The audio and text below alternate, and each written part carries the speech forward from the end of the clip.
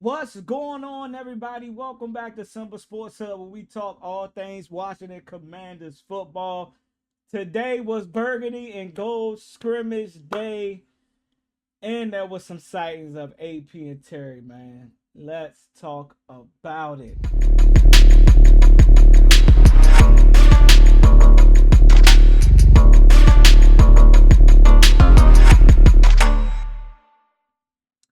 All right, man. So today was Burgundy and Gold Day, man. Dan Quinn came up with an idea of putting the team, separating the team, putting them on opposite teams, Burgundy and Gold, and having them going against one each other, against one another in a live scrimmage. I know that is that's a good move because at the end of the day, you are still bringing that physicality that you would like to see from your players. And quite frankly, we didn't see it in the first preseason game. So I like the idea of Dan Quinn. Also, I heard his presser today, and he kind of spoke to being a developmental coach, like coaching up other his offensive coordinator, position coach, kind of getting those guys in the right mindset of one day becoming who he is, which is a head coach. We already know Cliff Kingsbury already had his stint as an NFL head coach. Joe Witt Jr. is definitely gearing up and trying to make himself ready to be a NFL head coach someday. Has coaching in his blood, man. Like Dan Quinn said, man, he's a coach's kid. Learning from his dad. I definitely can resonate with that, man, because my dad coached football damn near my whole life. And it's inevitable to have that coach's blood in you. You know what I'm saying? It's like you just want to coach other people. I mean, it may not be in sports, it may be in other things. Anywho, Joe Witt and Cliff Kingsbury got to run the Gold and Burgundy team. I'm not sure which team they had. But as you can see, man, Quinn said the offensive play callers will be Tavita Pritchard, which is our quarterbacks coach, and Brian Johnson, which is the passing game coordinator, and the defensive play callers will be Tom Dontel. If I said that right, if I didn't, my bad. And Jason Simmons. And I think Joe Witt and company, they all had their separate coaching staffs. They all had, and the players even bought into it. You don't you This is what you want to see from the players. Like some of the players, even Oos kind of was like, hey, nah, it's a battle. It's a battle. Nah, we not friends. We here to grind. We here to go to work. We here to put this work in. Hey, it ain't no more friends, buddies when that whistle blow. And that's what I love to see. I love to see guys competing, even if you're going against your guys. Now and again, it wasn't 100% hits. Like they wasn't tackling to the ground or nothing like that. It was still soft tackling, making contact. And as y'all can see, man, the first post that I found was Mikey lit up Luke, quarter pass on an underneath route. Mikey shoulder checked him, and wow, that's what you want to see. You want to see coming out the gate, guys just bringing that physicality to the game because we didn't see that in the preseason game. I'm not sure who won. I think I do know one. I think it was the Gold team. Gold team won. If I had to make if I had to guess, but we'll see later on in the clip. So here we go. Let's get it. Gold team, checking in. Question for y'all too. Okay. Burgundy or gold? Big game day. Hey, go Burgundy squad though. Great day to be on the gold team. That's all I'm gonna say. Great day to be on the gold team today. Gold team, checking in. You already know the vibes, man. Yup. Question for y'all too. So Joe Witt and the all black man locked in, ready to go. All right, here we go. And here go our first sighting of Terry McLaurin and AP talking on the field. And then now you got this super slowed up. I'm gonna speak on this briefly, man. Shout out to all the doctorians that has their doctor's degree in being able to read body language, and there are lip readers. I know that there are some real lip readers out there that can actually do this type of thing, and it seems as though our team, our fans, are like they all can do this at some point because they're all saying based upon his body language, Terry, that the talk didn't seem like they went good. That they just not on the same page. And you got AP with his hands on his hips. You got Terry McLaurin with his hands in his pocket with the hoodie on. He looked like Come on, man, let's go ahead and why we can't figure this out, bro? Why y'all just can't pay me my money?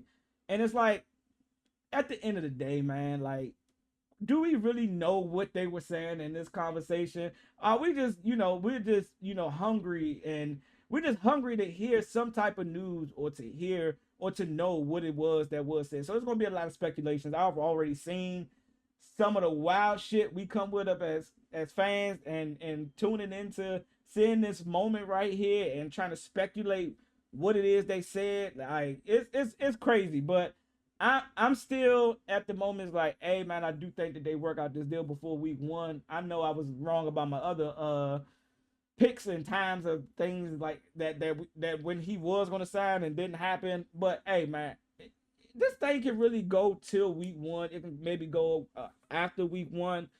I don't think Terry McLaurin wants to lose no money. I don't think that AP wants Terry to lose any money. They want him to show up and still fulfill his obligation because he's still on the contract for this year.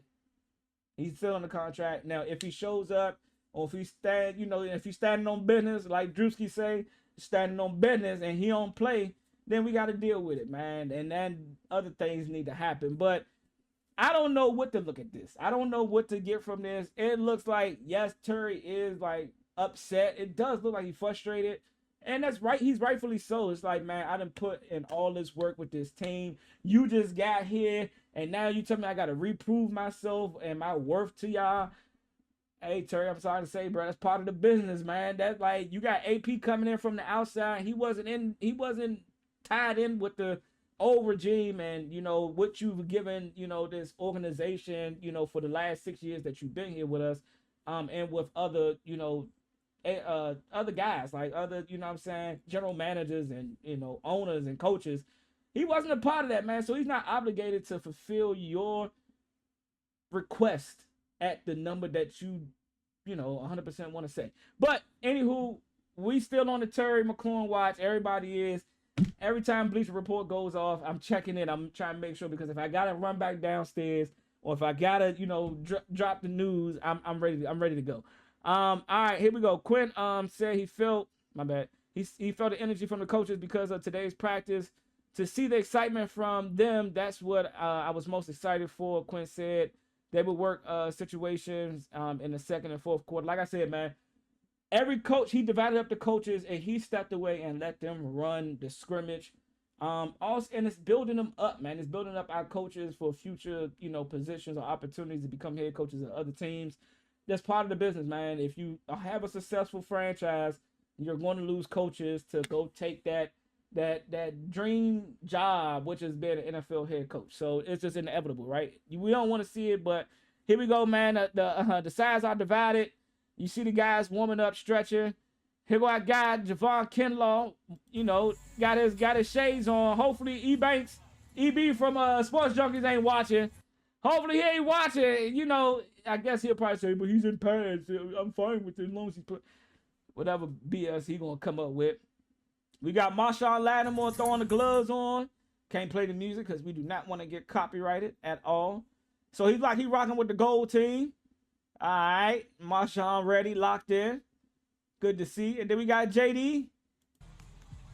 JD look like he repping with the we don't know, Burgundy mob, but like the Burgundy team. Rocking a hoodie and 90-degree weather. It was a little hot outside today. Ken Norton is a bit fired up. Nothing new though. All right, yeah, we can't play that. Hey, Ken Norton ready to rock. Ken Norton ready to lock in. Let's get it. Duke Riley has already flashed, making a couple of nice plays. Blew up a screen, physical loud thud on run fit.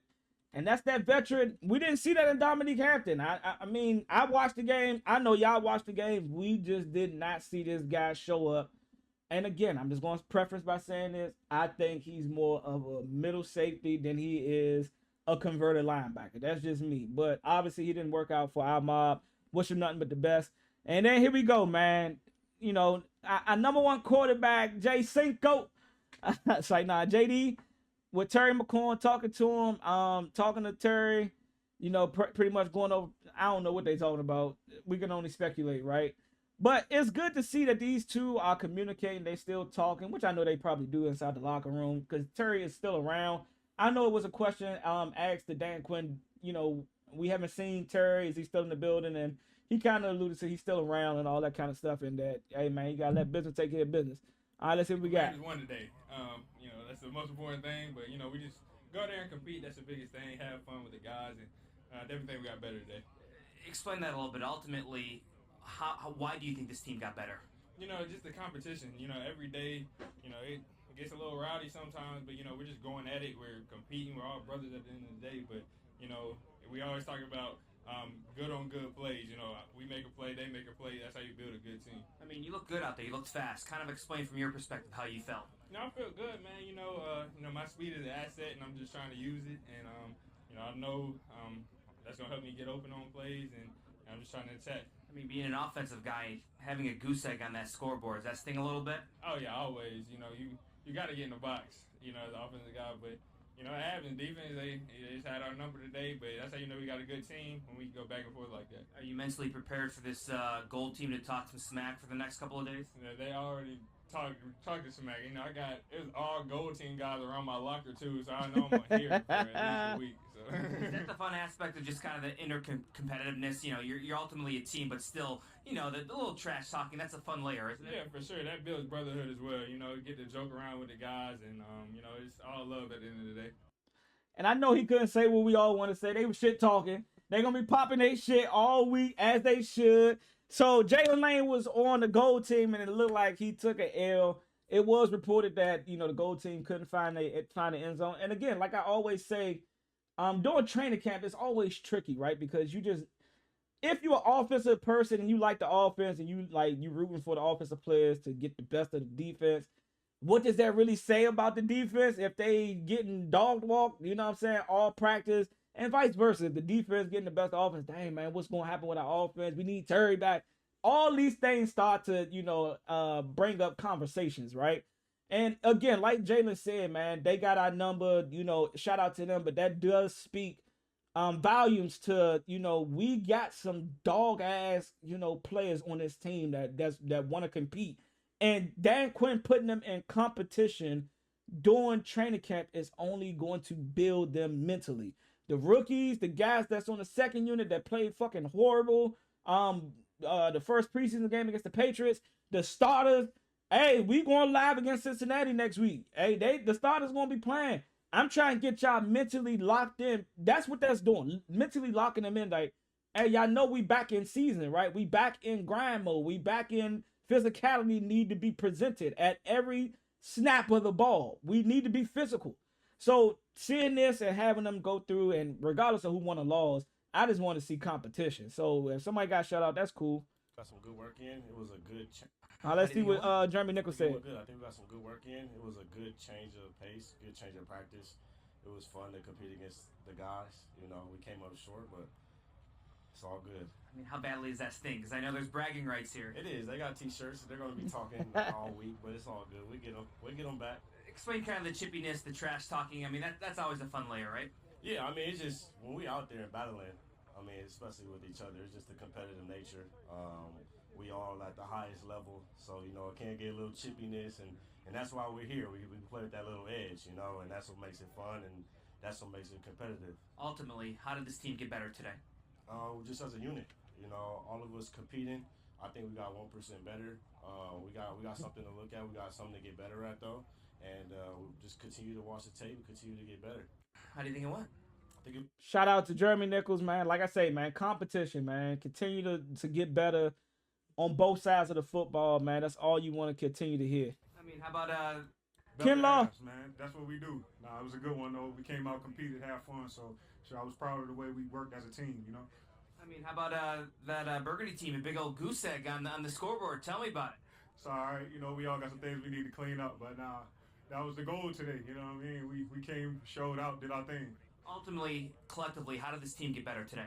Shoot, I feel like it was more mental than anything. There's a lot of tempers flying today. So mentally, I feel like, we got better mentally, I feel like. You have the bragging rights. They got to feel good a little bit. Oh, yeah, I'm about to go in there and talk my shit. You do that. All right, man. Yes, As he should. Shout out to Ken Law, man. And also shout out to Sky Abram, man, for asking that question, man.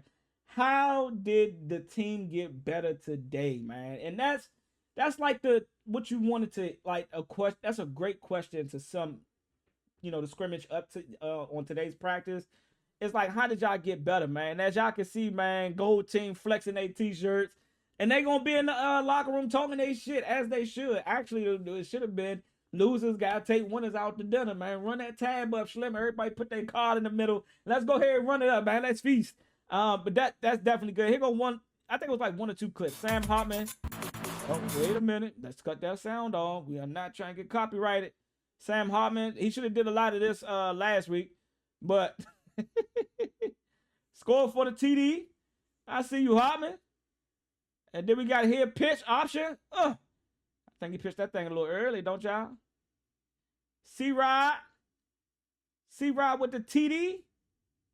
Let's see if this got sound. Yep. All right, man, and that was practice. That was the scrimmage. That was Burgundy versus Gold. Gold came away with the victory. Man, y'all let me know in the comments, man, how did y'all feel about Dan Quinn putting a Gold and Burgundy scrimmage together? Also giving some of the coaches the opportunity to step up into roles that they want to be at, whether it be an offensive coordinator, a QB coach, a play caller, like offensive defensive coordinators, play callers, and then our offense and, Cliff Kingsbury and Joe Witt actually becoming head coaches for each team and running their team and putting the scrimmage together, man. Y'all let me know in the comments what you guys think. Make sure y'all like the video, man. Also, y'all subscribe to the channel. We still trying to run it up to 800, baby. I appreciate all the support. I love y'all. I catch y'all on the next one, baby. Raise hell. I'm out of here.